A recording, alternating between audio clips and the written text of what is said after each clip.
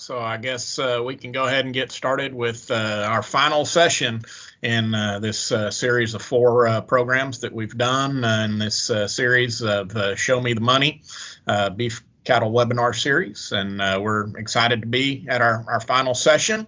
One of the things we did last week was send everybody a link to an evaluation. And we greatly appreciate everybody that took the time to participate in that evaluation. And as we said, anybody that participated in the evaluation that wanted to be included in a drawing for a few door prizes, we would do that. And we did that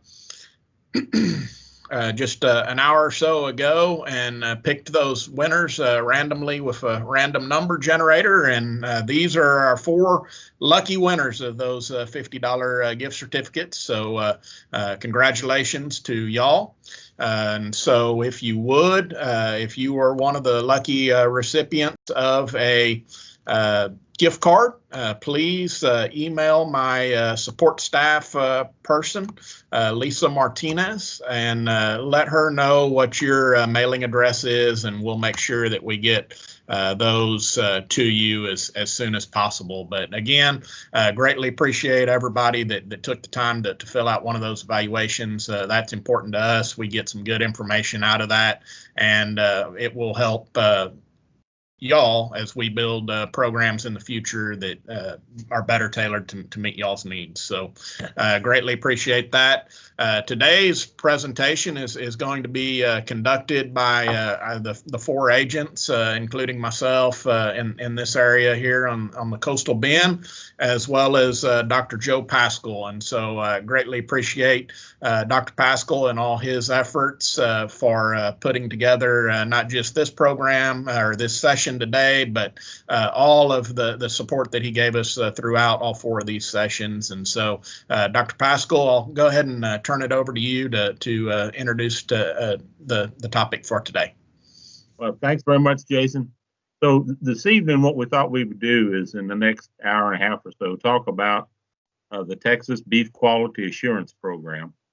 And let me get this on. There we go. And it's actually a program that was designed for cow-calf as well as stocker operators. It's actually got 3 sponsors. So Texas and Southwestern Cattle Raisers Association in Fort Worth assist us financially. The Texas Beef Council helps us with publicity and also assists financially. They're the checkoff people. And then, of course, Texas A&M AgriLife Extension as the educators. And all the materials that we're going to talk about, with the exception of the slides, can be found at this website down at the bottom, texasbeefquality.com. In addition, at the conclusion of the program, each of you will receive a link so you can print out a booklet. You'll receive a certificate in the email plus a copy of the slides. So the idea was that to just create a list of best management practices in 4 general areas. And those areas are beef safety. So anything that would impact the safetiness or wholesomeness of beef as a food product. The second one is beef quality. And once again, that would be any of 4 points that would impact the quality of the product. So that might be genetics, it might be nutrition, might be health management, could be even, they call it culls. And then the third was environmental stewardship. So that as we go through that will include anything from pasture management to any type of grazing system or haying system. And then the last was animal handling and welfare, or beef cattle handling and welfare. And it basically talks about how to recognize, how to handle cattle more safely and understand how they interact with the world. So we already said what it was. BQA is just beef quality assurance and a collection of best management practices. 2 things that it also is, it's a system for process documentation. So as you do something to an individual animal, okay, you write it down. You write down what it was done, when it was done, and what it was done with. And if you have animals individually identified, this is a very easy process in terms of looking at withdrawal times, making sure that products are clear to the animal before they're marketed. And then the fourth is that this is a voluntary program. So this is not tied to animal identification. It's not tied to any sort of a certificate that goes with the animal. It's strictly a voluntary program. But feed yards in Texas and in Oklahoma that are members of the Texas Cattle Feeders Association also are required to go through BQA and be BQA certified, and their employees have to go through BQA training, because all the major beef processing plants require that their suppliers, the feed yards that supply them finished cattle, that they be BQA certified. So the National Cattlemen's Beef Association, NCBA, actually is in charge of the national program. Even though we have a Texas program, it is part of the national program, and it addresses the same areas that we talk about in terms of food safety and quality, proper handling and management. And they actually have training for cow-calf stockers and feed yards. And so in general, these guidelines are to avoid residues, to help us avoid residues and foreign objects in cattle and livestock and carcasses, to avoid damage to the carcass, to promote humane handling. And of course, we've already talked about documenting procedures. So the state program and the national program are one and the same. So this is the Texas BQA on the on the left-hand side, and on the right-hand side, that is the mark of the beef quality program for the Texas cattle feeders. Yes? You were intending to show some slides. I don't believe that they're being shared. Are you kidding me? I'm so sorry. Okay, I apologize. I did not realize that. I had asked, and I assumed that they were there, so my apologies. So just very quickly, we'll just flip through some of these because I've already covered them, and you're going to get them. So this is where we sort of left off when Jason said about the slide. So that just shows the Texas Cattle Feeders Association, their logo, and then of course the Texas Beef Quality Assurance logo on the left-hand side. So these are the four areas that are going to be emphasized tonight. Each one of our county extension agents are going to pick one of these up. They may not be exactly in that particular order. We've got one county agent that's still on the road from the meeting tonight, so we're going to talk about food safety, primarily beef safety, the factors that impact it, cattle and beef quality, environmental stewardship, and then of course animal well-being and handling. You will get this in the email, but there are additional resources. So we will send you either a link or a PDF version of the handbook. It's about 76 pages that will have all the information that we talk about tonight. There's also a couple of assessments that you can use as cow-calf producers, or if you run stockers, you can download one of these assessments and go through it, and it talks about what are you currently doing and then what you need to do, so you can sort of determine what changes you might need to make in your operation to be more familiar or to be closer to BQA certification. Now, nobody comes out and looks at your place. Nobody's going to audit your place. This is sort of a self-audit, self-assessment. Cattle feeders, on the other hand, they are required. They actually are audited about once every 3 years. Somebody comes out and goes through their entire yard.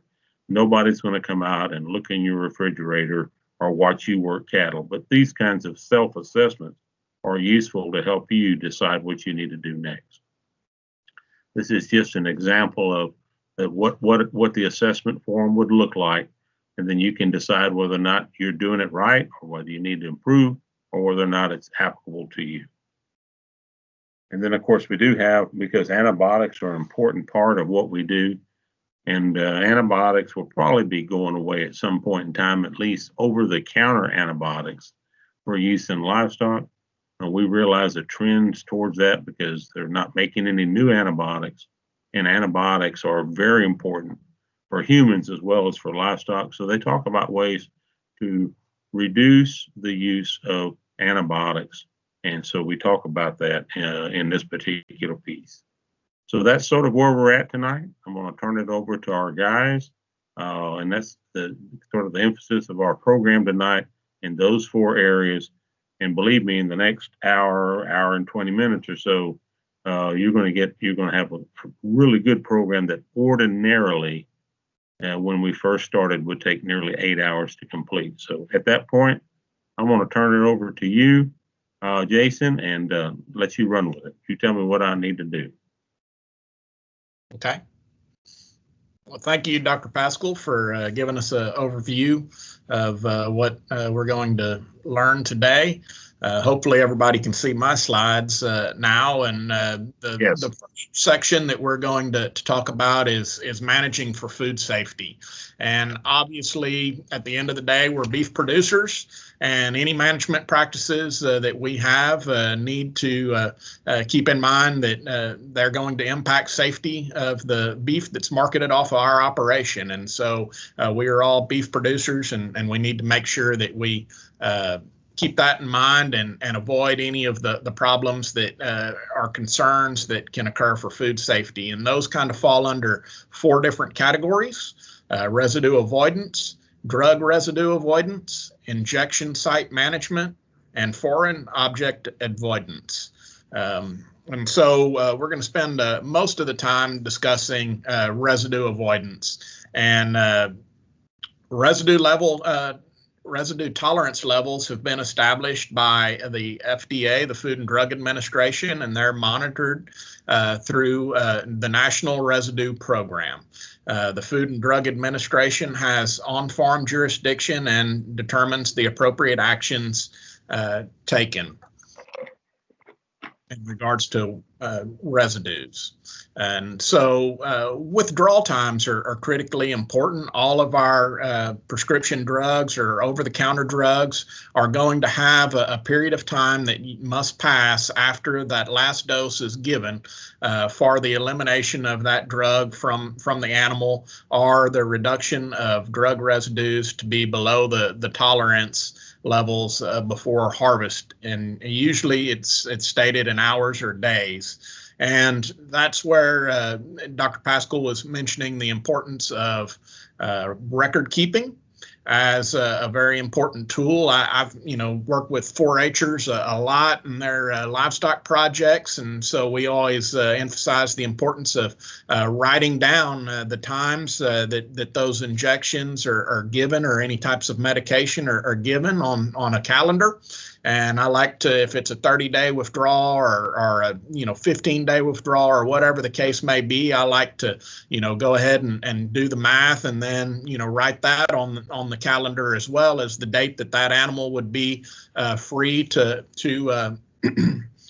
be shipped. And so I think that's a very useful manner to keep that documented, so that personally when those animals are available to be shipped, be it a lot load or an individual load or an individual animal, depending on how you are set up to keep those records and handling either groups or individuals of animals. But one of the important things to keep in mind is withdrawal times are really based on the average time it would take for an animal to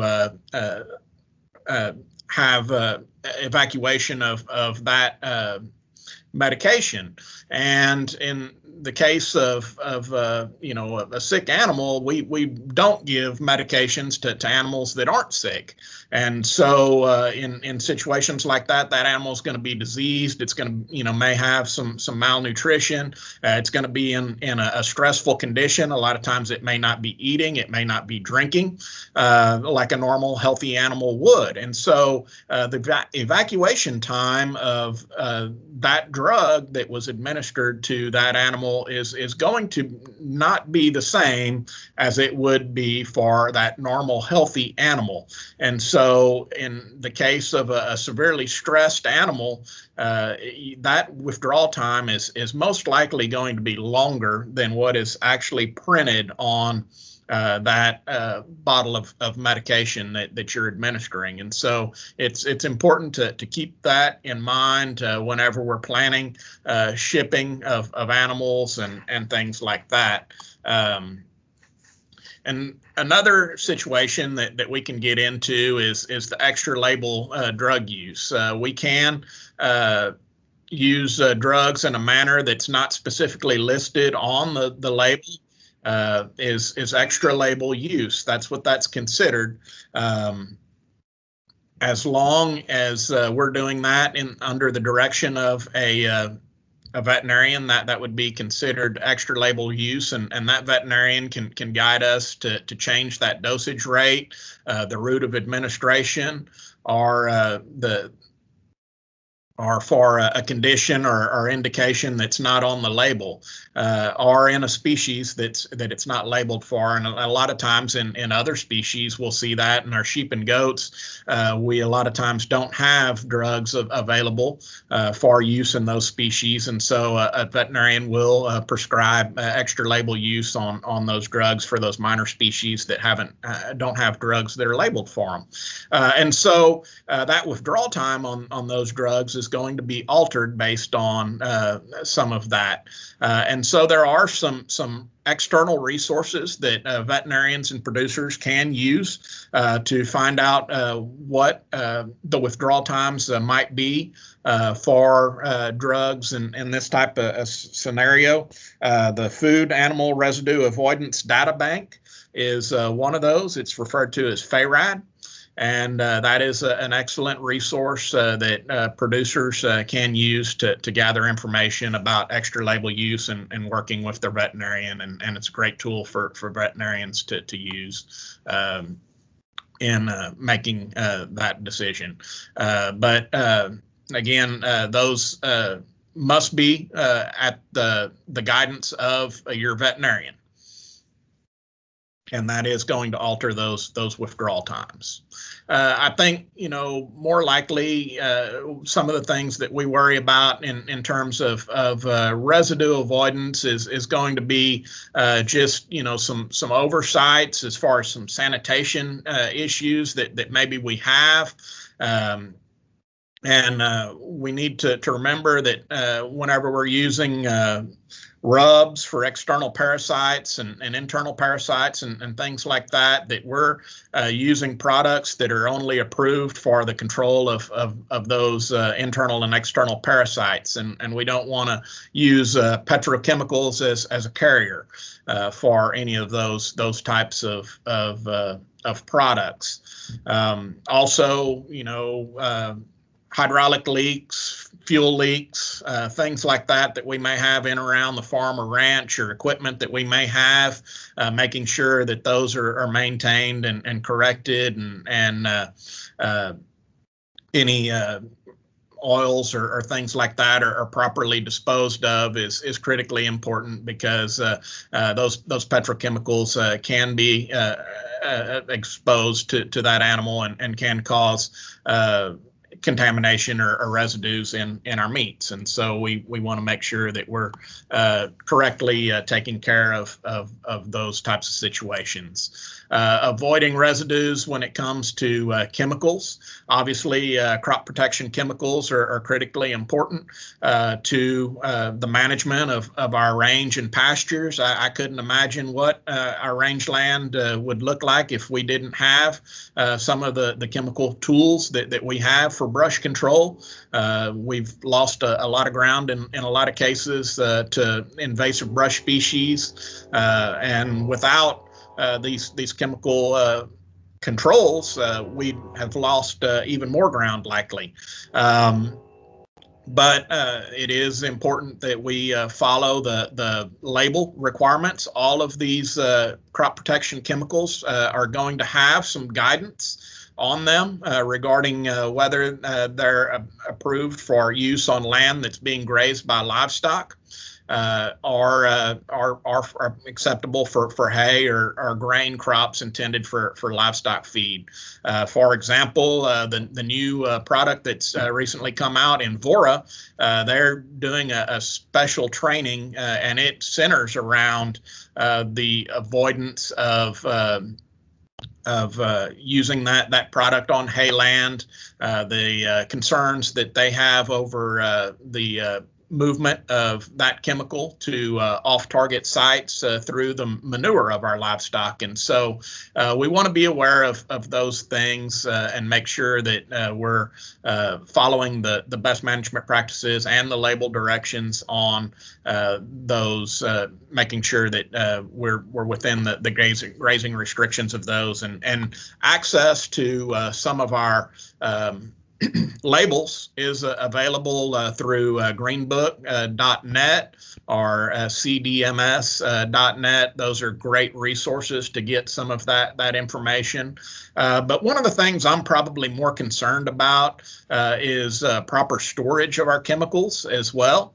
We want to make sure, again, going back to those good sanitation practices, that we have well-maintained storage, that the chemicals that we do have on hand, hopefully we're not storing a lot of chemical and we're only purchasing it in quantities that we are going to use in a short period of time, and we don't have any that's hanging over from season to season. But if we do, that it is stored in a manner that is not going to cause leakage or damage. A lot of times I've walked into barns and facilities, and they may have a ton of cubes sitting on the ground up against the wall on a pallet, and overhead or very near that, they may have some of these crop protection chemicals. And so concerns like that you have the potential for a spill and contaminate a feed source, probably doesn't happen very often, but whenever you have it in close proximity like that, there is that potential. And so thinking about things like that you can make sure that you can keep them from being anywhere close to each other to begin with, so that we can prevent those types of things from happening. And certainly on these pesticides, they're going to have storage instructions as well to guide you through that aspect of it as well. But on the best management practices for injectable products, following the label directions for the appropriate dose per animal is important. And we are going to talk about sites for these injections in a minute. But we also, as a general rule, want to make sure that we never exceed more than 10 cc's per injection site. And so depending on the weight of the animal, the class of the animal, and the product that you're applying, there may be at times needs to maybe administer more than 10 cc's to that animal in a given injection. And so we want to spread that side out. If it calls for 15 cc's, well, then we probably want to split that into an injection that will put 7 cc's in one location, and another 8 in another location, so that we can get that 15 cc's applied properly. So we also want to make sure that we do not mix products prior to administration. And so this is an example of spacing those injections. You can see there where it was needed to make multiple injections for this cow here, and you can see up on her neck those 3 injection sites where they've spread those out. Typically on a calf, we want to make sure that those or even yearlings, that they're spaced out at least 3 inches apart. Whereas on a cow or a bull, we can probably space those out to about 4 inches or so is going to be acceptable. But again, that we're going to show a injection site placement slide here in a minute where we have those locations highlighted. But that's pretty much the triangle location of where we would suggest that some of these injections be placed in terms of making sure that we're protecting the quality of beef that we're going to be producing, and don't have injection site blemishes or anything like that on that harvested carcass once we get to that point. And so record keeping for animals. As I mentioned, one of the tools that I always suggest is just a calendar and denoting the days that we're going to be applying or treating that individual animal or that pen of animals. And then, going ahead and right away doing the math and denoting the date when that withdrawal time would be up on that calendar. But a whole host of ways that you can keep records, just a pen and a pencil on a notepad, or a lot of higher end software record keeping management applications, and all of those are good, but certainly if you don't write it down, you're going to forget it. And so whatever you do have a way of documenting any medications that you're using and denoting when those animals are going to be marketed. And so reading and following label directions are always important. It gives you a lot of good information on here as far as the doses, that as far as the dose rate that you can that you need to apply to the very different classes of animals, how you should store the vaccine in this case, and the withdrawal time from slaughter. If you can see there's 60 days. It says do not vaccinate within 60 days of slaughter. And so documenting that is important on a calendar or some sort of record keeping system that you may employ. And so whenever we're choosing what type of product we should use, we need to consider the route of administration and try to choose a product that's going to have the least irritating odor or the least invasive administration route. And so examples of that would be, the least invasive is probably going to be a pour-on or intranasal, and then subcutaneous, and then ultimately in the muscle or intramuscular injection would be the most invasive. And so if we can find a medication or a vaccine to use that's maybe less invasive, then that's going to be our preferred method of application. And so here's some examples of some of those locations that we might use to make injections. That triangle on that neck there is where we would want, is really the only place that we would ever want to administer an intramuscular injection. And we've got a few options for our subcutaneous injections, and so that's under the skin. And we could do those just there along the neck. That would be an acceptable location to do that tent method of just kind of pinching some of that skin and getting that needle up under that skin before the muscle and injecting that there.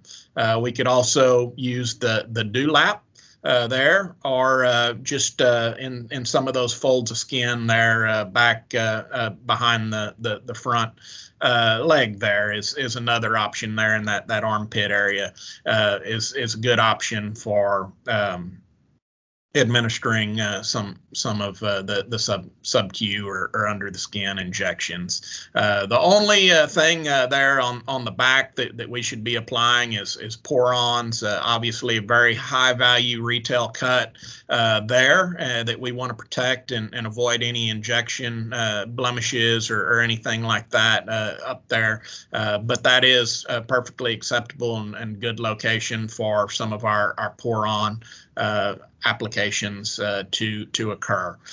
We want to think about the gauge and size of needles whenever we're applying these vaccines, and so the gauge of needle that we use is going to depend on the viscosity of the liquid that we're using, and so the thickness of that injectable solution that we're applying.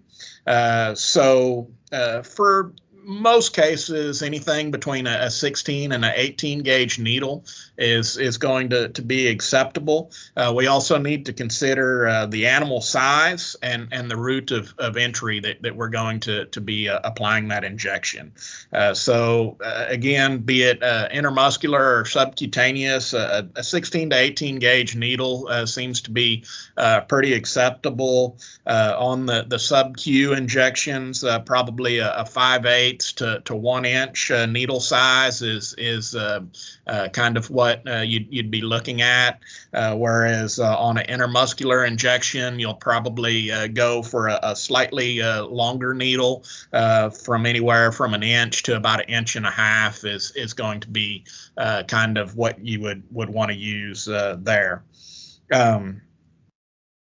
And when we're making these injections, and this is just an example of a treatment record that you can use. It's got some of the details as to the class of livestock that was used, the date, the individual ID, and obviously, be as specific as you can on all of this information. I think, not only, having a day, month, and a year is important whenever we talk about dates.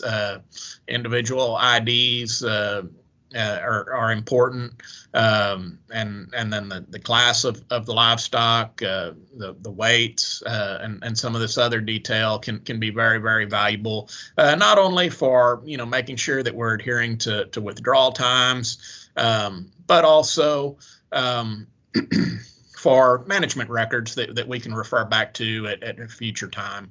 One of the things, like I mentioned earlier, that I really like to do is rather withdrawal date plus 21 days. I like to go ahead and do the math, and so if I went ahead and administered that on the 16th, I'd go ahead and break out the calendar and actually write down the withdrawal date that's going to be in December, whatever, that animal is going to be available to be shipped, just so I know and don't have to think about it down the road. And so I'd suggest that as a practice. Whenever we're using syringes, and we make an application, obviously there in the upper picture, there's two distinctly different medications, and we can clearly see which one is which, and we can go ahead and administer that. But now that in that lower picture, where we've gone ahead and administered those medications, well, which syringe contained which medication? It's pretty hard to tell. And we want to make sure that we're avoiding mixing these vaccines or medications. And so if we're going to be giving multiple products at the same time with different syringes, obviously, we want to make sure that those syringes are very well marked and highlighted. And so maybe having a marker that, we can mark on the plunger with some sort of color or an initial or something, so that it is distinct as to which one of those products is being administered in which syringe. I think that's very important, so that we aren't cross-contaminating any of our vaccine using a different syringe each time we make a withdrawal from that vial of vaccine whenever we're working those animals. And so physical contamination is another big concern that we have whenever we're talking about the safety of the beef that we produce. And one of the big ways that we can have some physical contamination is through broken needles. Certainly with some of the livestock equipment that we have today, where they have the neck extensions on the squeeze chutes and things like that, that makes it a whole lot easier to make those applications properly and not have to worry about the calf or cow moving forward or pulling back in the squeeze chute and causing some of the damage or concerns that we may have had in the past when trying to make some of those injections along the neck, those injection having those neck extenders and things like that on squeeze chute sure make that a lot easier. But certainly there's some mistakes that we can make whenever we're making applications as well. We never ever want to try to straighten a bent needle. Once that needle is bent, that has weakened that needle, and so there's a strong likelihood that at some point that needle could potentially break. Its integrity is far weaker than a needle that hasn't been bent like that.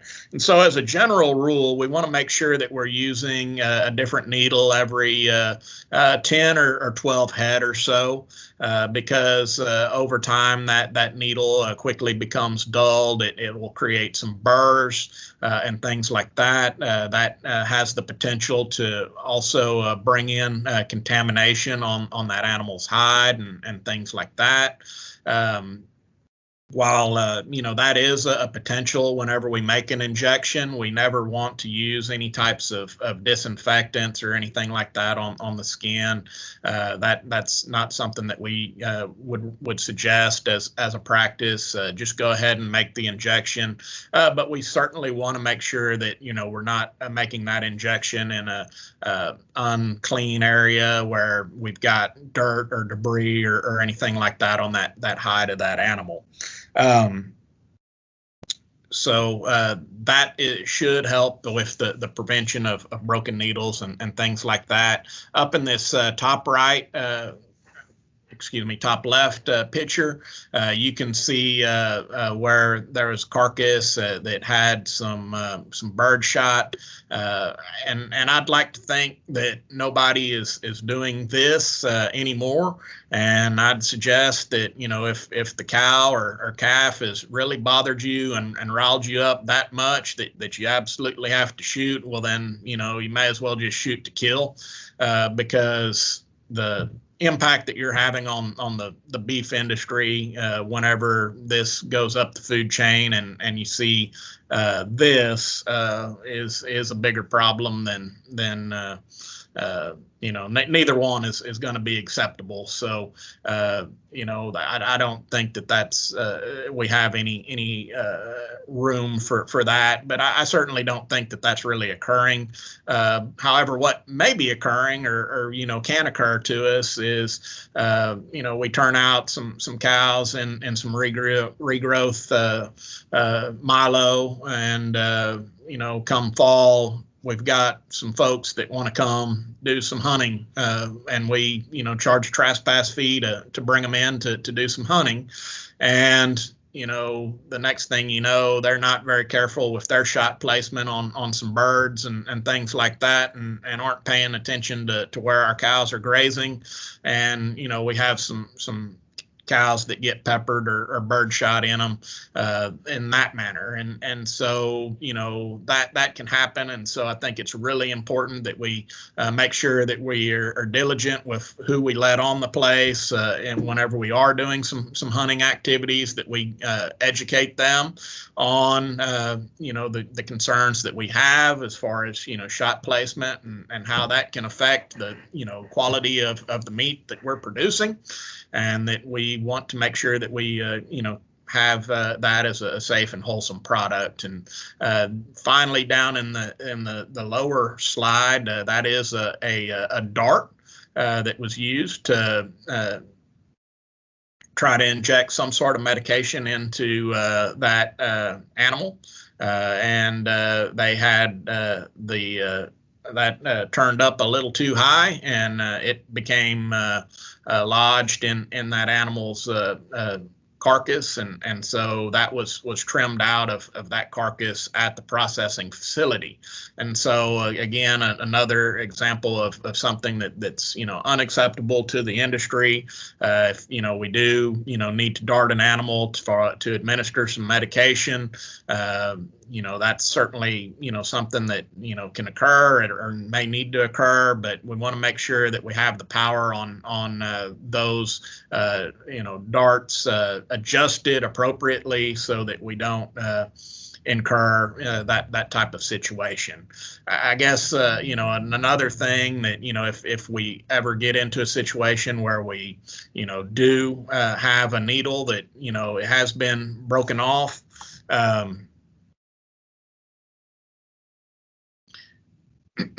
I'm just going to go ahead and skip through some of these. I've just talking without maybe advancing my slides, I guess. I think we've kind of covered some of these things, but I was just about to mention that, if we do have a situation where we have needles that are broken, they do have the ability to migrate in that animal tissue. And so we want to immediately identify that injection site if we have a broken needle and try to remove that needle if possible.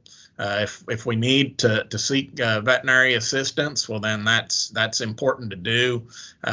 If for whatever reason we're not able to get that broken needle out, well, then we need to make sure that animal is permanently identified and that we have good documentation and records of that animal on file. And then finally, we want to, if necessary, we may need to go ahead and prevent the entrance of that animal into the food chain if we're unable to remove that obstruction from that animal.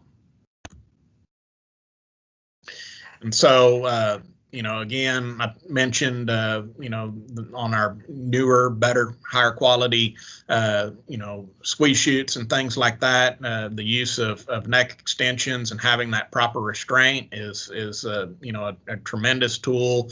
But making sure that we, that can be kind of cost prohibitive for a lot of folks sometimes, maybe, and a lot of times where we work with what we've got as far as equipment, but certainly purchasing high quality needles is something that we can all do to make sure that that's one of the ways that we can all reduce that, making sure that we choose the correct needle size. And I went over some of the suggested gauges and lengths and things like that. Again, not trying to get, 2 more head out of a needle. None of these, even a high quality needle doesn't cost very much. And so you spread that over, 10 head. I think you're doing just fine on, spreading the cost of that needle.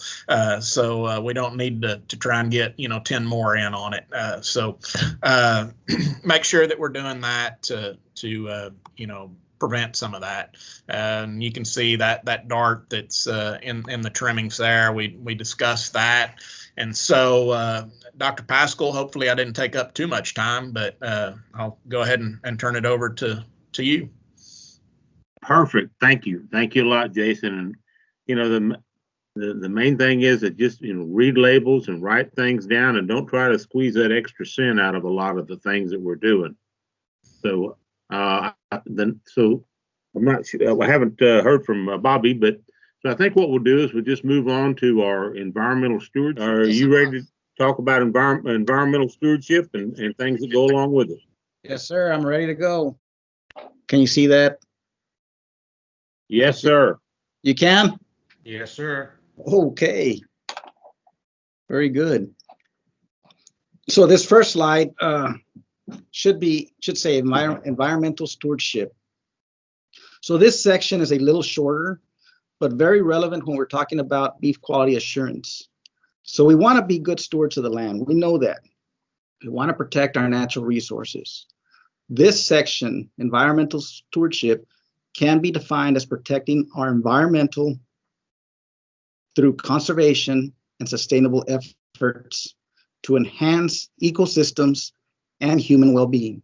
So it's very important as wanting to be good stewards of our land so that we could save our precious resources for future generations.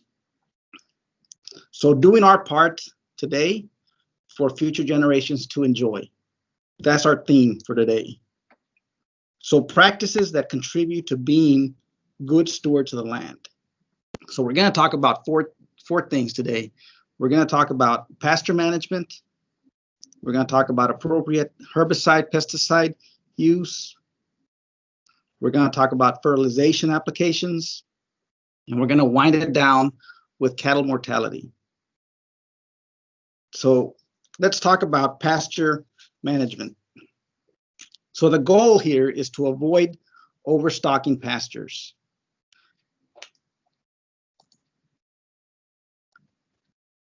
Like deteriorating pastures, erosion that can impact riparian areas and waterways. So our goal here again is preserving our grazelands. So is there a rule of thumb for pasture management? Not really. There are a lot of variables to consider, and these variables can change over time. And most of you know this. Talk to the previous landowner or neighbors to see how many head they're running or have been running, especially if you're a new landowner or you just purchased additional land. Visit with the locals. I always say, have a conversation with the locals, individuals that are involved in agriculture, like your county extension agents, your local NRCS representatives, your local FSA, even the appraisal district. What's been the norm to running that many head or in that pasture that you just purchased? Some factors that influence stocking rate are rainfall. There's a big difference between the average rainfall across Texas, and all of us know this. We talk about West Texas, and we have very limited rainfall, maybe 10 inches of rainfall. We talk about East Texas, and we might have an ups of maybe 30 inches of rainfall. So there's a big variance, there's a big range in terms of rainfall throughout the state of Texas. So know what is the norm there in that place. So something else to look at is the amount of open area. What I mean by this, are pastures inundated with brush, or is there a mix of some brush, some grass, or is it all grasslands? So those are some of the things that we must consider pasture management in terms of, what can that area, what can that pasture, what can that paddock, what can that section, what's the carrying capacity? So here we have a picture of two pastures, only separated by a road. Okay, they're across the road from each other. And here we have one grazing system, the one on the right, where we have some vegetation, we have some grass. And I always say that if you could put a pencil down and it gets covered, you're doing okay. And that's about 8 to 10 inches of grass, of vegetation. But once you get to the pasture on your right hand side, on your left hand side, that cow is looking for vegetation all over the place. But what happens? We get an increase in brush, we get an increase in weeds, we get where we're limited now on our grazing. They're trying to find any type of green vegetation to eat. So they might get into other things that are not good for them, poisonous plants, poisonous weeds. They might start eating cactus, without even burning the pear. So these are some things that we must consider is pasture management. It's very important. And this is the road. This is the road that I was talking about. There's only a road that separates these pastures. So one individual on one side is doing an exceptional practice, maintaining their pastures, and one individual on the other side needs a little help in terms of, trying to get to their goal. What is their goal? So here we have a paddock, or we have a section. Let's just take this section here, and let's just say it's about 400 acres divided along several ways.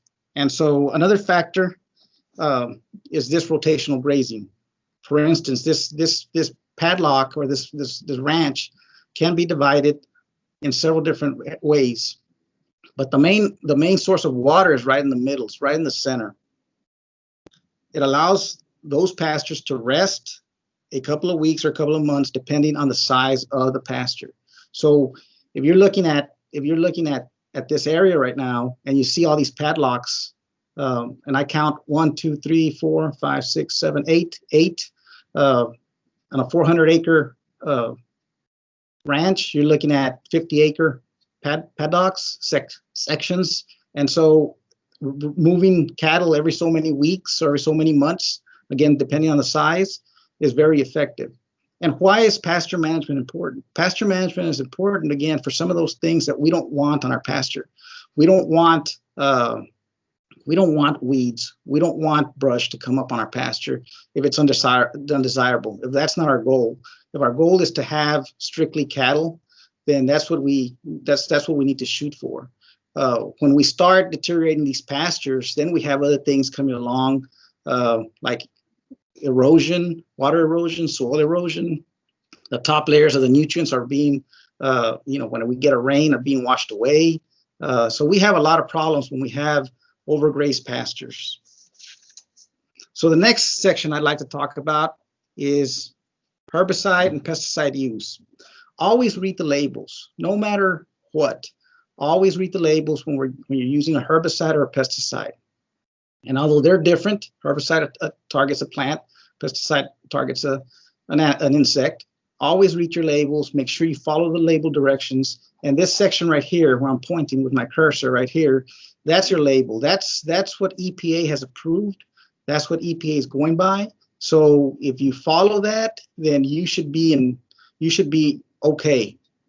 Once you start going off label, which means that you start increasing your rates of application, you start going from 1 ounce to, say, 3 ounces per acre, then you're going off label. And first of all, that's illegal, one thing. And the other thing is that you're putting the land in a difficult situation. If you look at the picture on the left-hand side, you can see a spray rig going down the pasture and spraying. But you can see, I want for you to notice this right here where I'm pointing to my cursor, this buffer area right here. This buffer area, especially on this hilltop, as everything starts to run off, because we do get some irrigation or we do get some rainfall, as everything starts to go down hill and empty into that stream, then that area right here acts as a buffer and captures a lot of the fertilizer, captures a lot of the runoff on pesticides and herbicides. And so that's important for us to have those buffers right there, because it prevents other things from occurring. It prevents that fertilizer from going into that stream. It prevents your herbicide from going into that stream. And those are not things that you want. Those are not things that would make your land what I call environmentally friendly. So something else that we're talking about today is fertilizer applications. Again, very important for you to read your label directions. Very important to know when your application rate should be done. In the picture on the left-hand side, we have nitrogen runoff, and depending on where you're at, where your piece of land is at, most of us are real close to some sort of a waterway, and so when we don't have a buffer, when we over apply, when we do things that are what I call off-label, then you have these situations right here, and that's devastating to aquatic life. So that not only affects aquatic life, but it affects the whole ecosystem. So you have aquatic life that are affected, that are probably going to die from the abundance of nitrogen in the water because of the algae bloom, and then you have wildlife that possibly feed on that aquatic life. They're not going to have their ecosystem there anymore. So it's a cycle, and it affects a lot of those ecosystems. And so we gotta make sure that we are good stewards of the land, that we protect our natural resources. I can't stress that enough during this presentation, but we got to make sure that that most of the things that we do are are a good practice in terms of reading the label, making sure we follow the label, making sure we follow the timing, the application, the rates. That's all very important.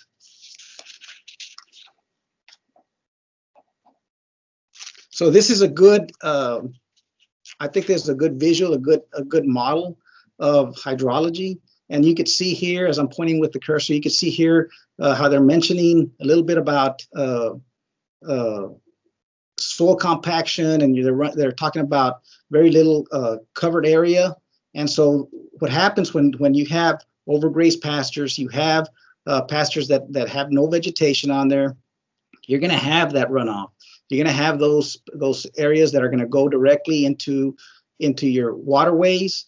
Same thing with fertilizers and pesticides. When you over apply, you're going to have them going into your waterway, and then eventually it's going to get into that system where we're going to have aquatic life are going to be affected, wildlife are going to be affected, could possibly damage the aquifers. And again, I've always had individuals saying that, well, this will take a long time for it to happen, and possibly so. But what we want to do is we want to make sure that we preserve our natural resources. We preserve, we're good stewards of the land, and we take care of these resources so that our grandchildren, our great grandchildren, and future generations can certainly benefit and reap the benefits of our work that we've done. So this is a good visual in terms of putting everything together that we're talking about today: overgrazed pastures, fertilizers, pesticides,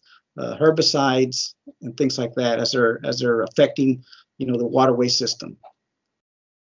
So another thing that we want to talk about today is also mortality. And no matter what,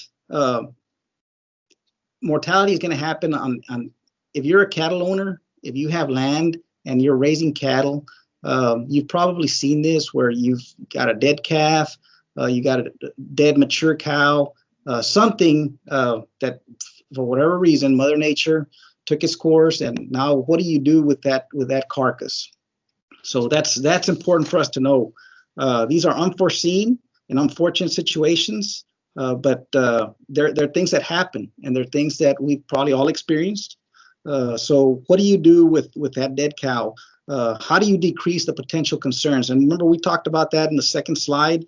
It is a way for our water source to not get contaminated.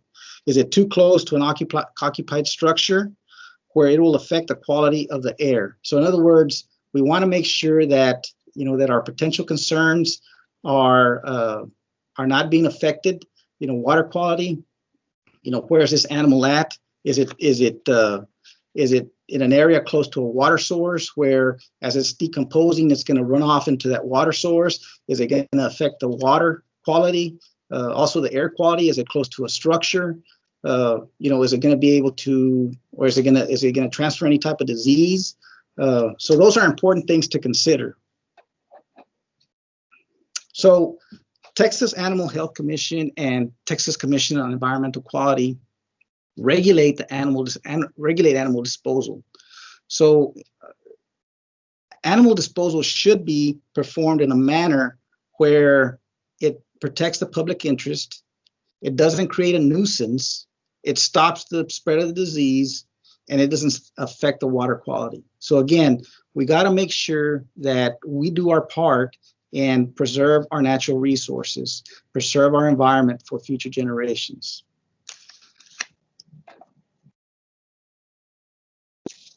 So there's some approved methods of animal disposal, on-site and off-site.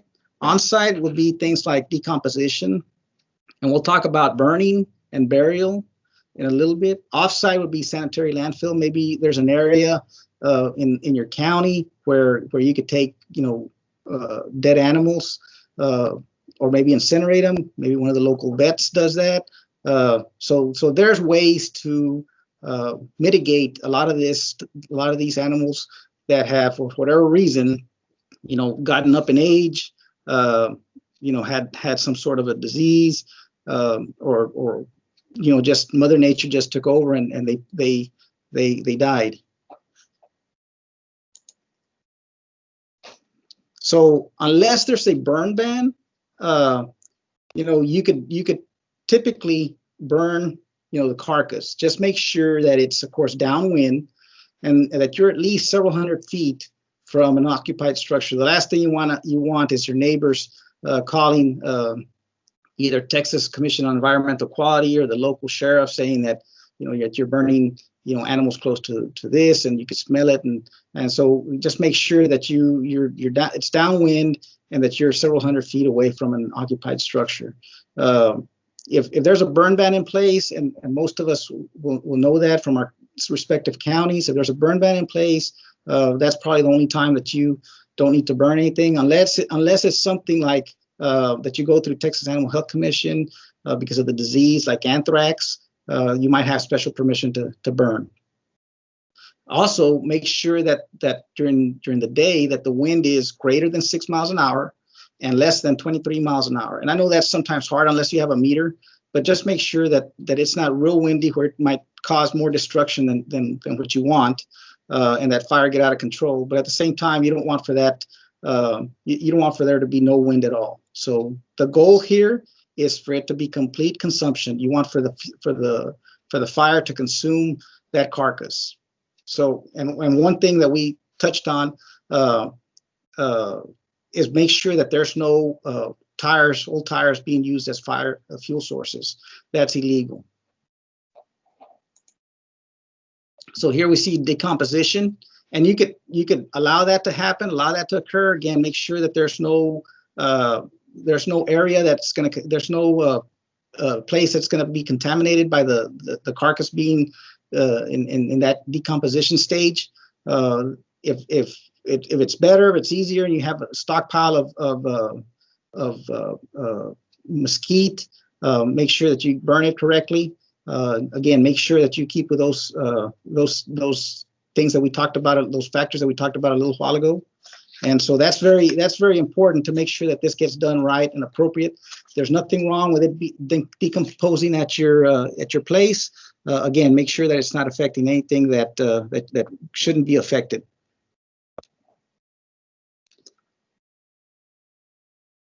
So if you're going to bury your animal, make sure that there's not a high water table. I have a place just west of here that has a water table of about 30 feet. So it's very important that the soil is not the more permeable, the more the sandier soils will absorb it a lot quicker. So it might contaminate your water table. So make sure that you know where your water table's at. Make sure that you're at least several hundred feet from any type of water well or surface water property line. You don't want to be in a situation or placed in a situation where now you're trying to do the right thing, but because you didn't take these measures, you're now facing some sort of a consequence. And so make sure that whenever you do decide to do this, if you ever have to bury an animal, make sure you're away from these sources of water. And then make sure that the animal's buried at least 3 feet. You don't want for it to be did all this work and then didn't bury it deep enough, and then your predators took it out and now you have it scattered all over the place. So just make sure that this gets done correctly again.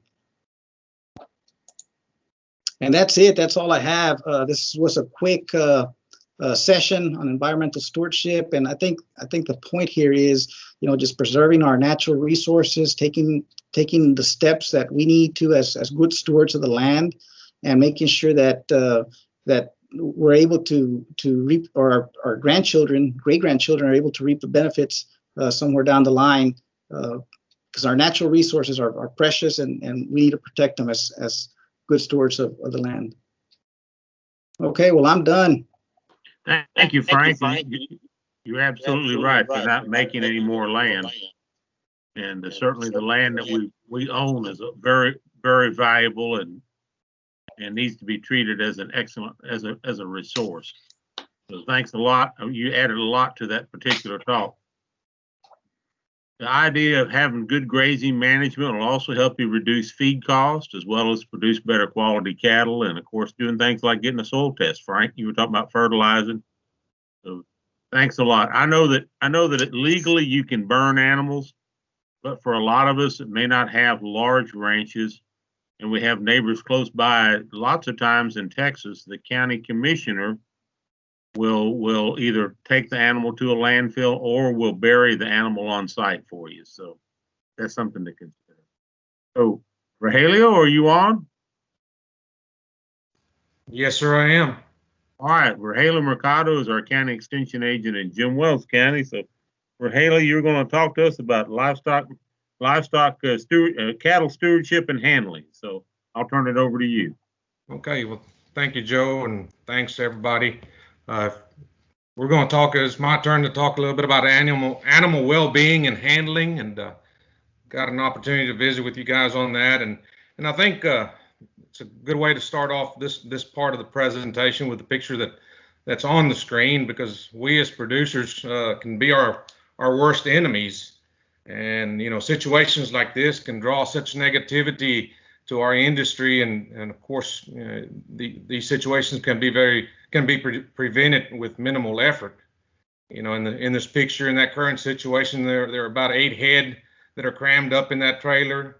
The middle gate is open, and apparently all the cattle got pushed back when the driver took off and the vehicle started moving, or maybe hit the brakes hard and then started back up again, whatever it may be. But the cattle are all trampled up on top of each other, and the cattle are getting hurt just by being on top of each other in that aspect.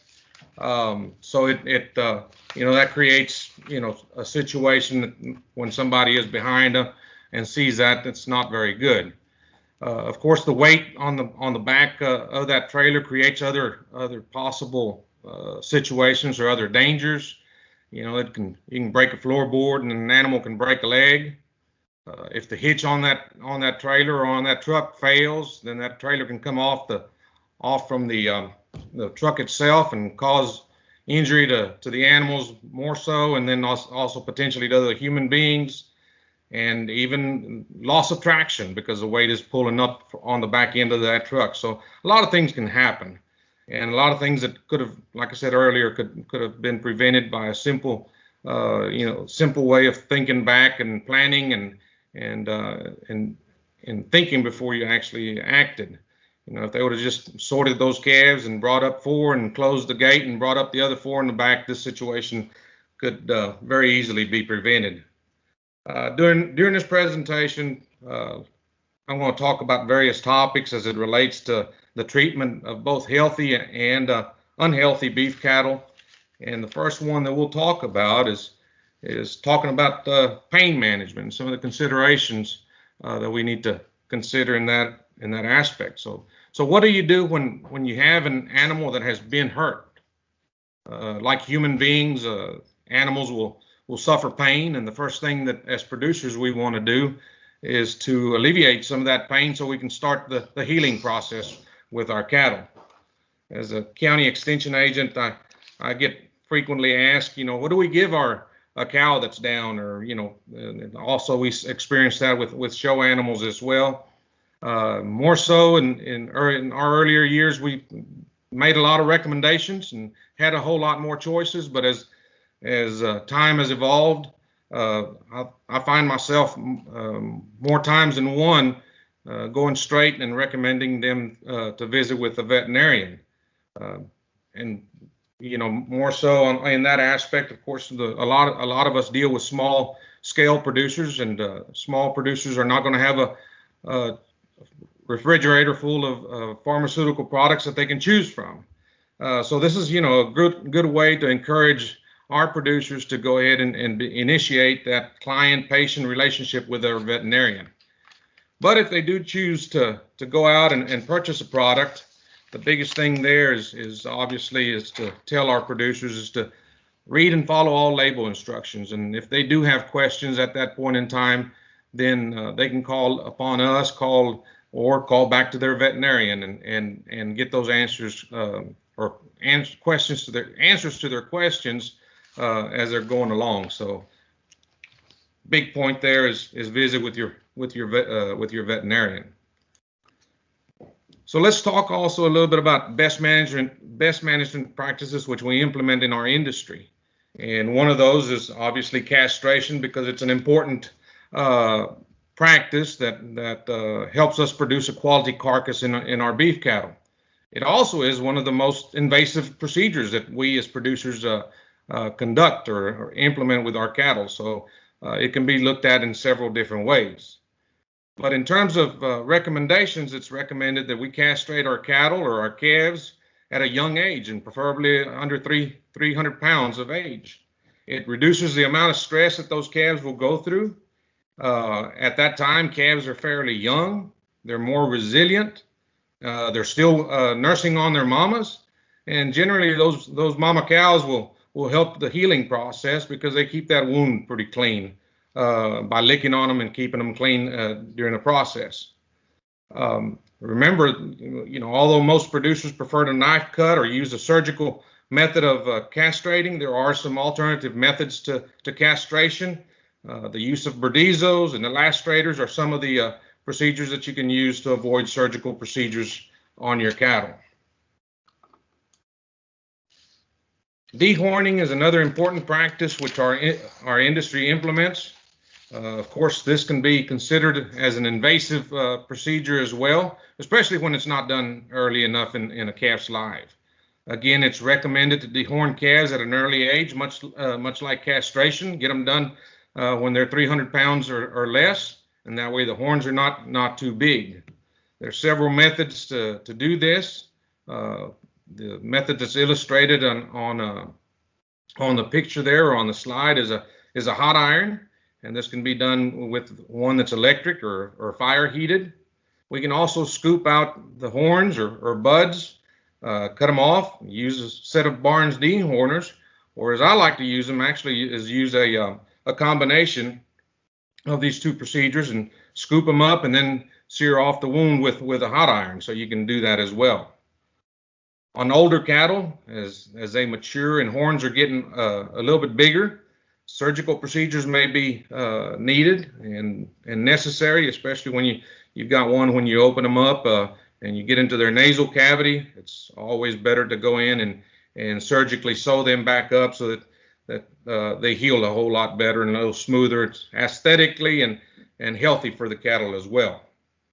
And as the slide indicates, if you don't want to mess with the dehorning, it's always recommended to dehorn your cattle using poll genetics. So like the old timers say, dehorn with your bull. Another practice that's really important to our beef cattle producers is branding. It's important because it helps them identify ownership of their own cattle. It helps them identify each individual animal, so that way they can keep up with records on their cattle and production records for the cattle. However, brands should be kept to a minimum in terms of their size and the total number of brands that are placed on the cattle. In South Texas and many places as well, you'll see cattle trade hands several times, much like that cow on the bottom of the screen, and they'll wind up with about 10 or 15 different brands coming through the sale barn when it's time for them to be called down. But it's important to minimize the size, minimize the number of brands that go on your cattle, so the hide doesn't take a discount, or the cow doesn't take a discount because of the hide when they come through the scales at the auction barn. But however, at the same time, brands need to be big enough to where they're legible. You want to see them out on the pasture from your pickup, or they're easier to inspect when they're coming through the chute. But if you're having to make some decisions while you're out in the pasture, you want to be able to read them 20, 30 yards away or so. Placement of the brand is also important. When possible, these should be placed on the lower hind quarter to minimize the amount of leather that's cut off that hide. And of course, if you look at that cow that's branded on different parts of her body, brands on other parts of the body are going to lead to discounts, and they're highly, highly discouraged. So now what do we do when we start talking about having to euthanize some cattle? And Frank talked about disposal of carcasses, and that's a good lead in also as well. So what do you do if you have a downer cow that needs to be euthanized? There's several different procedures, and we'll talk to them about that. And I raised a few cows myself, and unfortunately earlier this year I had to put down two first calf heifers that even though I'd been watching them, I didn't get to them in time, and it was too late to assist them in calving. They were already too far along, and I had to put them down. It's not an easy thing, and like Frank said earlier, it's not all bells and whistles, good bells and whistles. Sometimes you got to deal with the ugly part of the industry, and that's part of it. We can define euthanasia real quickly, or proper euthanasia is something that requires that the animal be rendered unconscious without distress or suffering prior to the end of vital life functions. So they got to be rendered unconscious without distress or suffering. The recommended methods of euthanasia vary based on species, size, and maturity of the animal. So every situation is going to be different. And we go back to what we started saying earlier. It's very important that if you're faced with that situation, communicate with a veterinarian. And I think a good addition to this slide is also use a little bit of common sense, in terms of choosing the method of euthanasia for your cattle or any kinds of animals. The method of euthanasia that's going to be used on a 50-acre ranchette is going to vary greatly from a ranch that's 5,000 acres or 500 acres or something like that.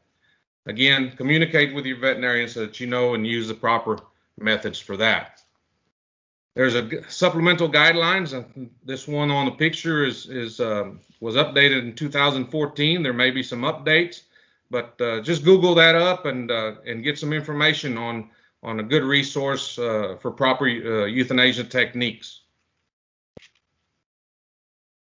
Real quickly, I'm going to go over a couple of the unacceptable methods to put down cattle, and one of them is to manually applied blunt force trauma to the head. That's probably a more politically correct way of saying, putting a big back of the axe to the head of a cow or any other livestock. So that's unacceptable. Injection of any chemical or substance not labeled for use as a euthanasia agent. So if it's not labeled for it, don't use it. Injection of air into the veins or arteries, which would cause the heart to stop, is not acceptable. And of course, any type of electrocution with any kind of voltage is not an acceptable way to put down any cattle or livestock. What is acceptable is a gunshot to the forehead, and it needs to be done right, and probably using the right caliber. And I'm not going to get into making those recommendations. Again, consult your veterinarian, consult somebody that's got some experience in that aspect itself. Penetrating captive bolt guns, I believe, if I'm not mistaken, is what's commonly used in our slaughter plants, and that's a very effective way to put down cattle. Drugs that are approved for euthanasia, the barbiturates, those are the class of drugs that are used for it. Practical considerations, like I mentioned earlier, just use some common sense for your location and situation. And if nothing else, if you can't get a hold of a veterinarian, look at some of the resources that are out there. There's several things out there. You can also look at this document that was put together by the Society of Veterinary Medicine.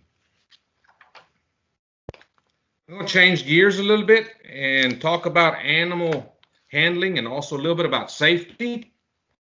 And I think understanding cattle behavior will help you facilitate proper handling. It's going to improve your safety and the safety and welfare of the animals. It's going to reduce stress and bruising and possible death. Many times, when we mishandle our animals, they get excited in the pens, and next thing you know, they run into a pipe fence and they break their neck and they're out.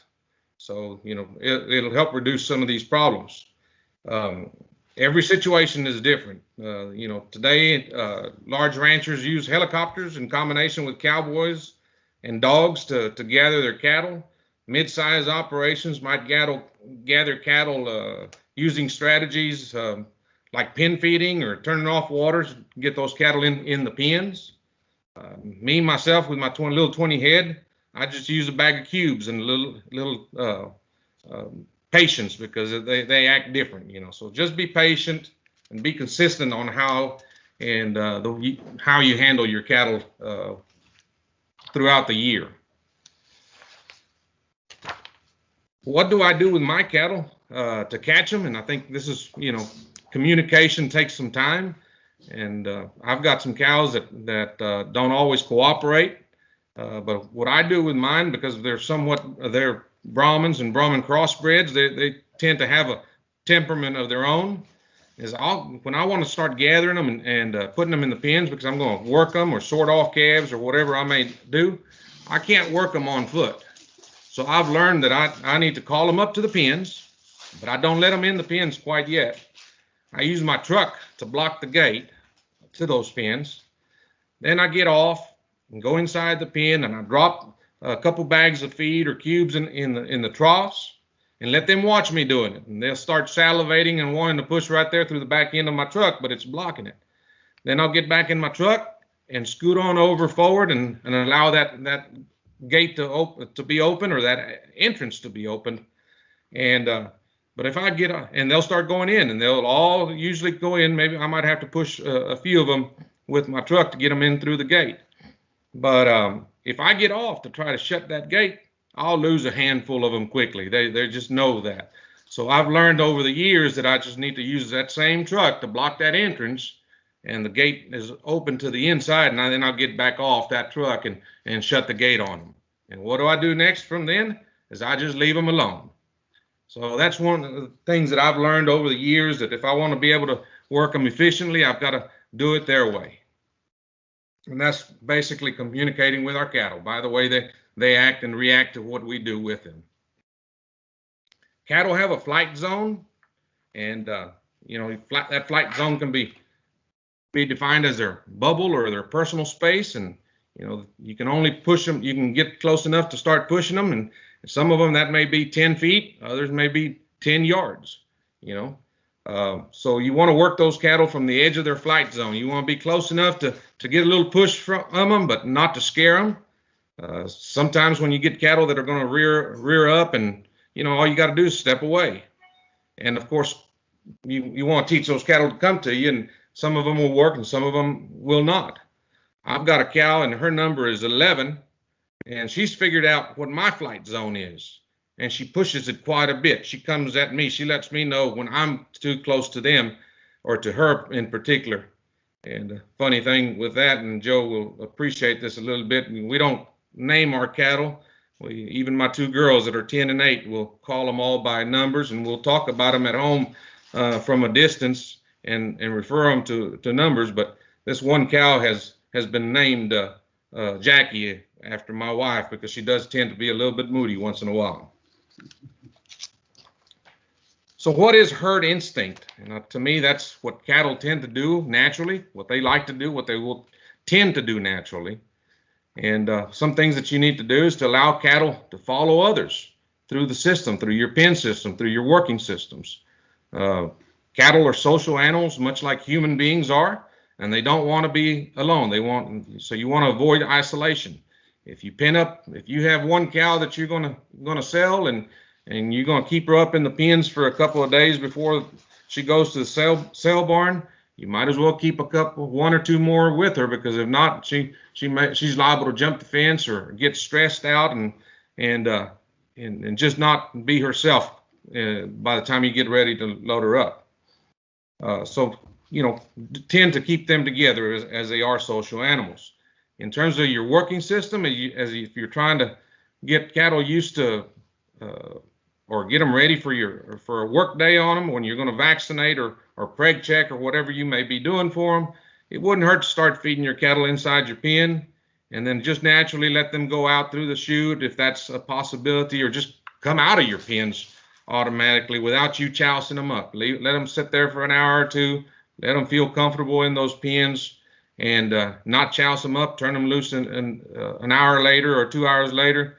And they really, when the day comes that you're going to work them, that will help them out quite a bit, make them feel a little bit more at ease, and that should help you out. Some of the results that you'll get when it's all said and done, if you start implementing some practices that will help you reduce stress and work your cattle a little bit better. Obviously, when it comes down to evaluating carcasses, you're going to reduce some bruises.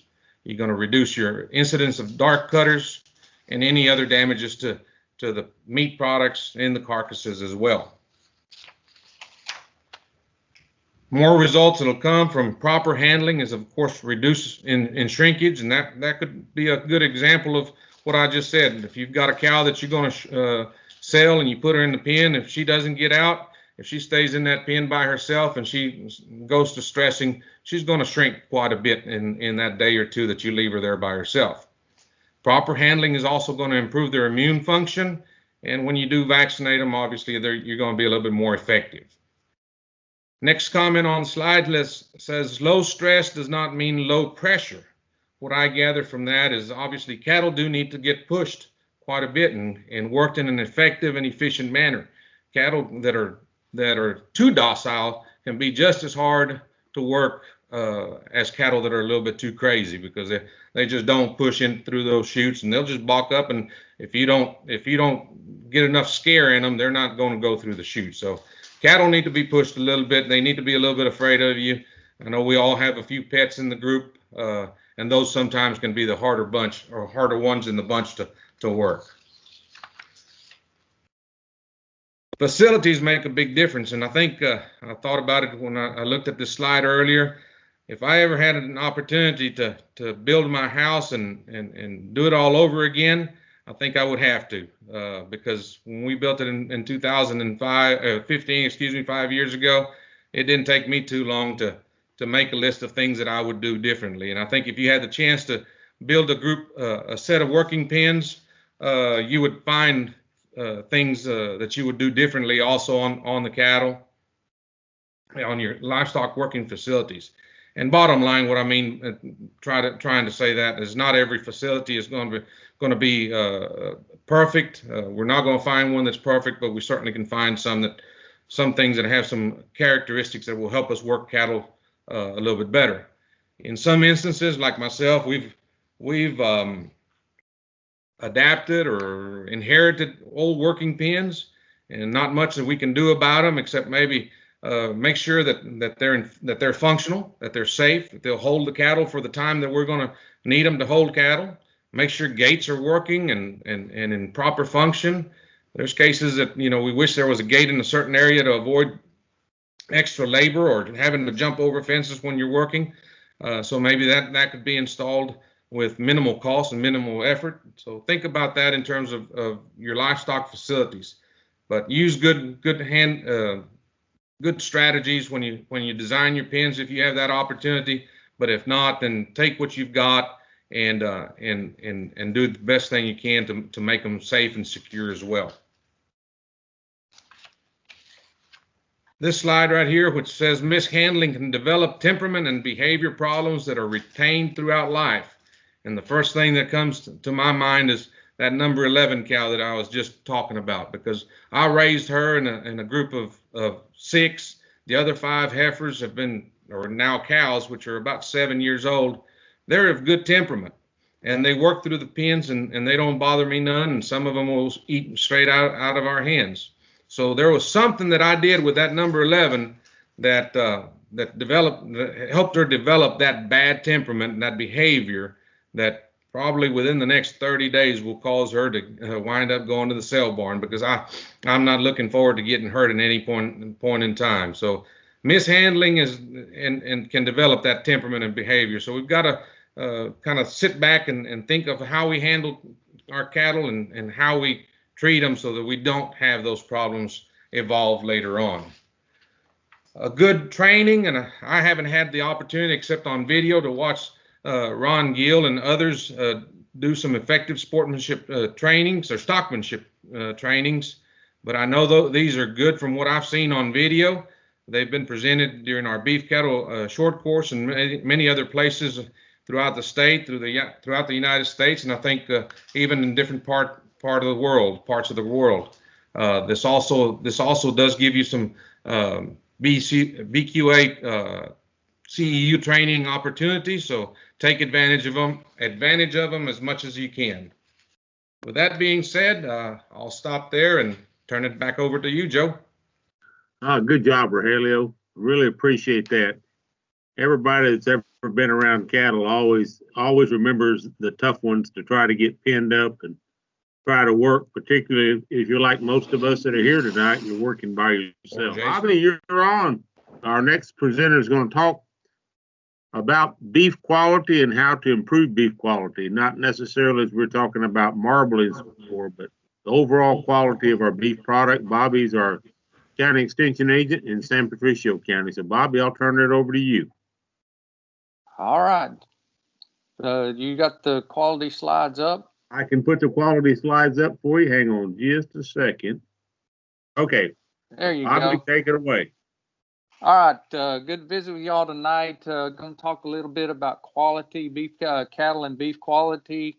It shouldn't be a very long presentation, just kind of a summarize of what's all been going on with each one of the presentations tonight. So quality has a number of connotations when we're talking about beef. I know that when if you were on our program the first night, we had 3 sale barn owners, and each one of them stressed how they wanted to see quality in the cattle that come through. Well, to have quality, you got to start with quality. So as we move through this, you got to start with a quality animal, and then in the end, we're looking for a quality product. So if you will go to the next one, please. Okay, really, we're going to spend just a little time on the 4 different areas that we're talking about quality, our quality concerns. And first up would be genetic management, and then animal health practices and products, a little on nutrition, and then mainly just talking very quickly about culling management of market cows and bulls. So if you will, go ahead and hit the next one. Okay, if one of the things that I want to talk about the beef quality audits just a little bit. If you're a cattle producer and you haven't ever read one of the beef quality audits, I suggest that you do so. There's a lot of points in there. It's the direction that we're trying to move to in the industry to as issues come to us on a regular basis. These audits help us to recognize those issues and in possible ways to curtail those and make our product better. And if you look if you look back to 1991, I kind of glanced back at it earlier today, but it was mainly the issues had to do with fat and the lack of the fat that was coming in on our carcasses. Even though that we've known and always tried to have quality choice beef, there was a point in time in there that that we had gone to a different type of cattle and that they weren't finishing as well. And so some of the issues that came about from that audit was that fat needed to be a little more stressed, trying to get our genetics in line to fatten easier, quicker, but still have a big amount of carcass and the quality that goes with the meat that comes from those animals. And now you get into 2016, which was our last one. It had more to do with food safety and people want to know that meat is safe when they buy it.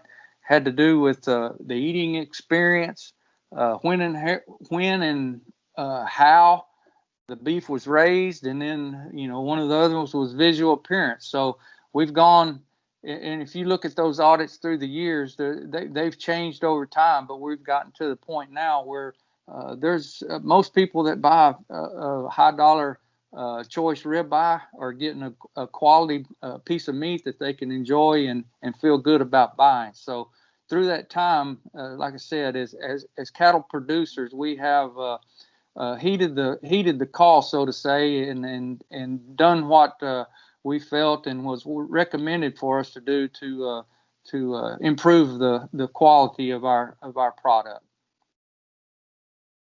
Next slide, please.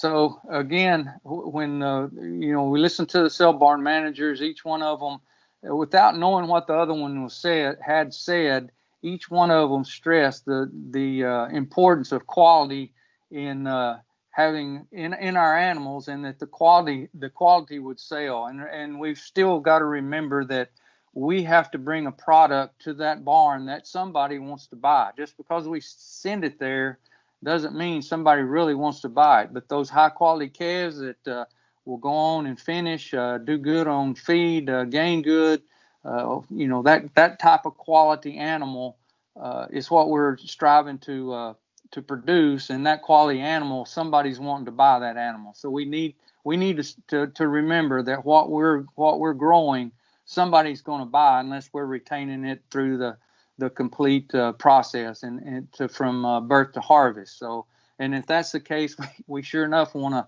to be in the quality business, because that's where our end product it needs to be what everybody wants to buy and eat. So in the process, our genetic decisions are some that are very long lasting, and they're really the first step in our control of quality and the type of animals that we want to raise. So just remember, I remember Eddie saying that if you show me the money, I'll show you the bull. And there's so much to be said to that we got to start with good animals to get to where the good product that we're trying to sell is there. So next slide, please.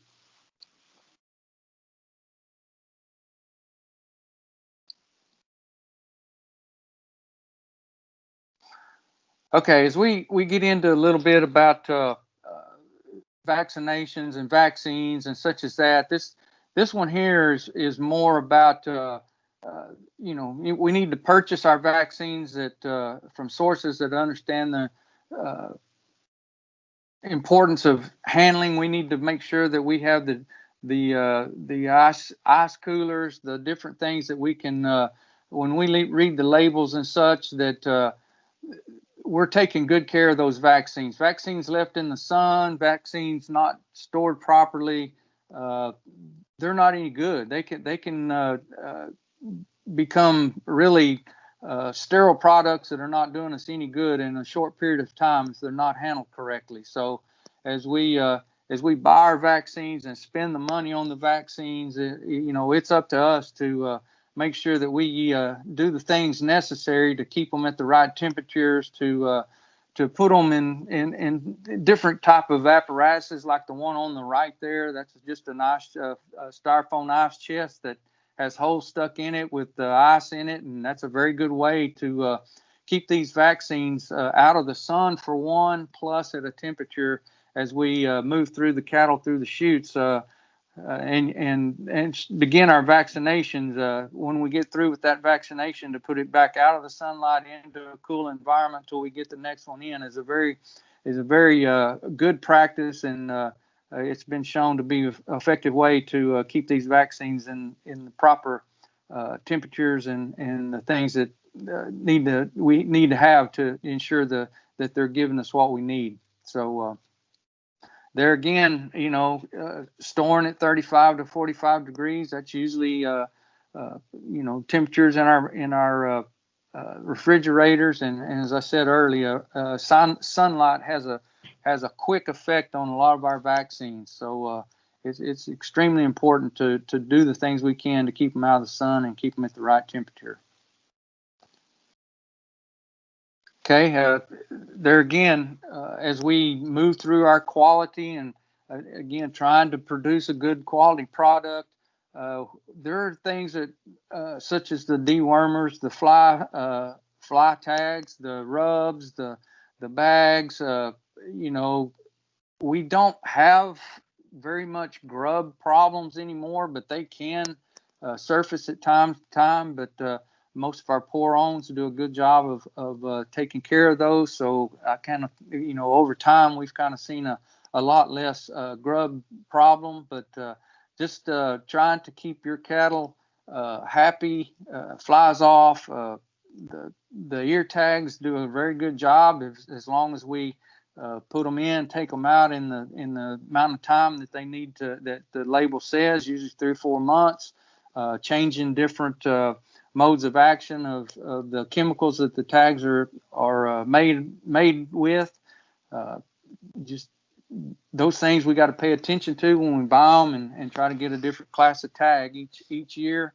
And the main thing with the fly tags is to get them out in the appropriate amount of time so that the flies do not become resistant to those chemicals. So it's really imperative that you take the time to take the tags out when it's time. Our pour-ons, Cydectin, Dectomax, Ivermectin, those are all good products that used the right way do help with our internal and external parasites. So those are all important to keep in mind about when we look at these products. When is the most effective time? Are we taking fecal samples to see if we do need the dewormers? And if we have, the fecal samples show up that we have a problem, then, sure enough, we need to use those. But just because a cow is thin and not really thrifty, it does not mean that she's got worms. It's more sometimes nutrition. If she's got not much to eat, it's probably more nutrition than it is parasites. So just keep those things in mind as we begin to using these products. They're expensive, they cost us money, so let's use them according to the label and at the timing that is appropriate. Next slide, please. There again, when you're doing some implants or those sort of things, it's a good practice to disinfect those needles. And there again, look at the disinfectants that are recommended to use. Try not to get them in with your product. If you get those disinfectants in with those pellets, it can cause them to have some problems about staying together like they're supposed to. So do that properly. Keep your needles down, but do disinfect between animals. I know that we showed there was a slide earlier that I guess we kind of skipped over, but you see those are all good disinfectants, and they're all going to do the job. But a lot of our vaccines are very susceptible to the residues that those can leave in our guns. So we got to be very careful about using soaps and disinfectants in our syringes that our syringes we're going to use over and over. And more times than not, it's recommended for hot water, wash and clean with hot water, and then a lot of times you can also use some boiling water for a short period of time just to make sure that you get them clean. But most of the time it's just good hot water and get the residues and stuff out of there. But be very careful, and really it's just not recommended at all to use these disinfectants in your syringes. They can and will affect the efficacy of your vaccines.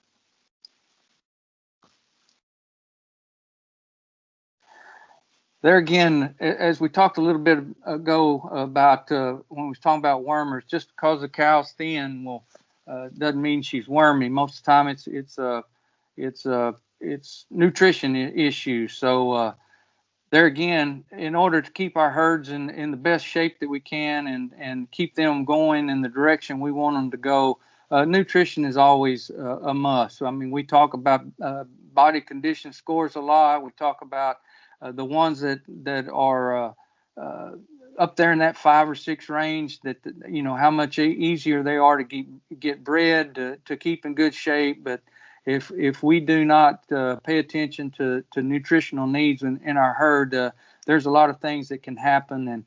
And there again, we don't want them going backwards at any point in time, especially our calves.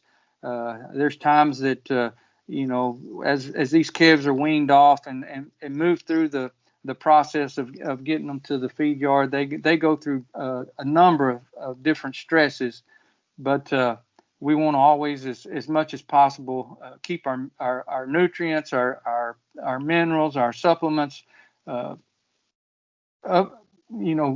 We want to keep them going so that our cattle stay in good shape, and good things happen when our cows are fat and sassy. So, of course, not too fat and sassy, but good shape and good health. So, all right, I think we're getting close to the end, but again, management of market cows and bulls is one word that kind of jumps out to me when we're talking about these is perception. And as cattle producers, we're fighting the enemy of bad perception on a lot of fronts. Even though we do our best not to let these things happen, they just do. You see the cow with the cancer eye. I mean, it doesn't take long. If she's been out in the brush all summer, sometimes when you get her up, there's a problem. And so if you notice some of these problems early, it's best to go ahead and market that cattle before it gets to the when you see the white-faced Hereford dairy, you can see the spot starting to grow on the side of her eye. That's the time, if at all possible, to get her to the sale. She's still in good shape. She doesn't have any really big visible problems, but you leave her just, sometimes it's not very long, then we have a bad eye like that. And there again, we're talking about perception of quality that the beef producer in the United States is really trying to eliminate that perception that we want this stuff that we're willing to let this thing happen, that even though we haven't really had a lot of choice sometimes, but there again, when we take cows like this to the sale, sometimes it's better to that cow is not going to bring very much money. So as Rogelio was talking, maybe euthanizing that cow at the ranch would be the better course of action, even because some of these will just, you've wasted your money and time to get them there. They bring so little sometimes. So next slide. And there again, we see a bull. We have no idea what happened to him. Sometimes these little guys get foot rot. Sometimes they get hip knocked out. There's all kinds of issues that bulls are just looking for something to happen to them. And then, like you say, they're out in the brush all summer or down in the creek bottom, and you don't find them, and they've just been laid up hurting all summer. There again, do we want this to be a perception of quality coming from our ranch? So sometimes, like the last one, it's sometimes we may have to make that decision at the ranch that this is really not worth taking to town. So again, perception is a lot to a lot of people. So there again, we just have to look at these issues and on an individual basis and individual circumstance determine whether that's what we want to take to town.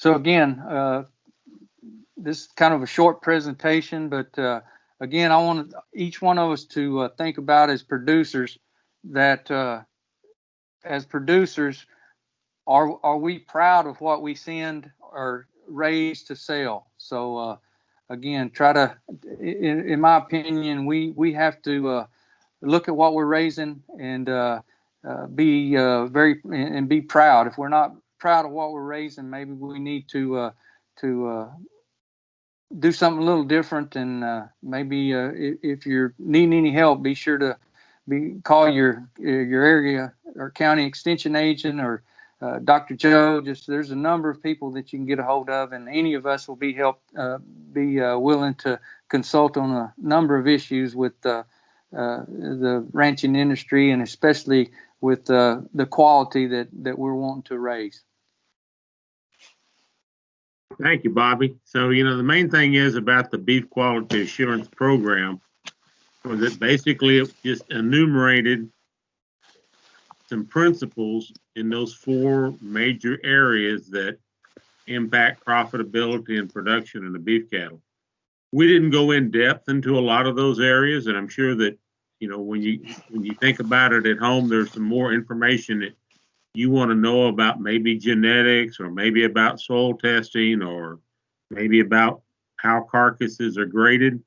And then that's what we want you to do, is come back to us, to county extension programs, or there's a lot of good information that's on university websites and also on industry websites. And our partners with Texas Beef Council and Texas and Southwestern Cattle Raisers, they also have a lot of good information. And chances are your membership with others, or you take agricultural magazines. So there's a lot of good information out there. This was just basically the start, the foundation for just creating a set of best management practices. As I said at the end, everybody that's participated, we'll send you with Jason, we'll send you a list of resources, plus you'll be getting a certificate, and then your names will be entered on the rolls with well over 15,000 others that have gone through this training. So thank you all for being here tonight. Thanks, guys, for doing the presentation. Jason, I'm going to turn it over to you.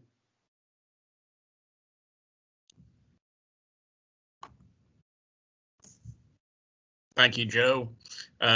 As he said, we greatly appreciate everybody participating in this session, and the series was titled Show Me the Money, and so hopefully we've shown you multiple ways that you can increase the value of your cattle that you are marketing, or reduce some costs in a lot of ways. And I think probably through the series, you know, the reduction in cost opportunities have been highlighted, especially in terms of fertility, maybe addressing some of these problem issues early, so that we don't have some of the issues that we've discussed today.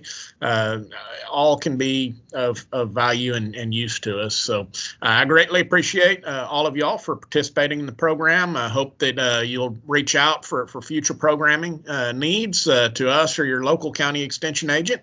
And if you have any additional questions or anything, don't hesitate to let us know, and we'll make sure that we get those addressed for you. But you'll have to look forward to one more email from me, and then I'll quit bombarding your email with emails from me. So thank you all for y'all's program participation, and we'll see y'all down the road. Thank you.